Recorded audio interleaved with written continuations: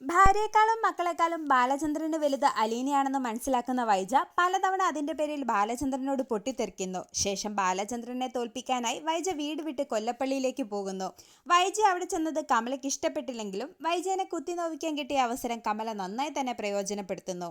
ഇതിനിടയിൽ ബാലചന്ദ്രനെയും അലീനയെയും ചേർത്ത് വൈജയും കമലയും മോശമായ കഥകൾ പറഞ്ഞുണ്ടാക്കുകയും അലീനയെ ആട്ടി പുറത്താക്കാനുള്ള വഴികൾ ആലോചിക്കുകയും ചെയ്യുന്നു. ഇതിനിടയിൽ മനു പലതവണ വൈജയനെ കാര്യങ്ങൾ പറഞ്ഞ് മനസ്സിലാക്കാൻ ശ്രമിച്ചെങ്കിലും അതെല്ലാം പരാജയപ്പെടുന്നു. തുടർന്ന് മനു ഗംഗാധരനെ വിളിച്ച് ഇവിടുത്തെ കാര്യങ്ങളെല്ലാം കൈവിട്ടു പോവുകയാണെന്നും അങ്കിൾ ഇടപെടണമെന്നും പറയുന്നു.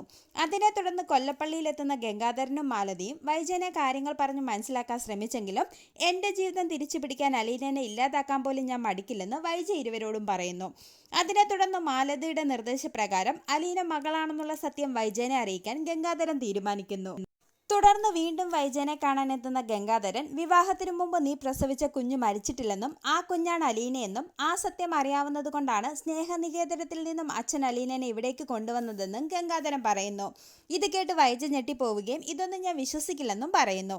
എന്നാൽ തെളിവുകൾ സഹിതം ഗംഗാധരൻ പറയുന്ന കാര്യങ്ങൾ കേട്ട് വൈജ തകർന്നു പോകുന്നു. പിന്നീട് വീട്ടിൽ തിരികെ എത്തുന്ന വൈജ അലീനയെ ചേർത്ത് പിടിച്ച് പൊട്ടിക്കരയുകയും നീ എൻ്റെ മകളാണെന്നും അതറിയാൻ ഈ അമ്മ ഒരുപാട് വൈകിപ്പോയെന്നും പറയുന്നു.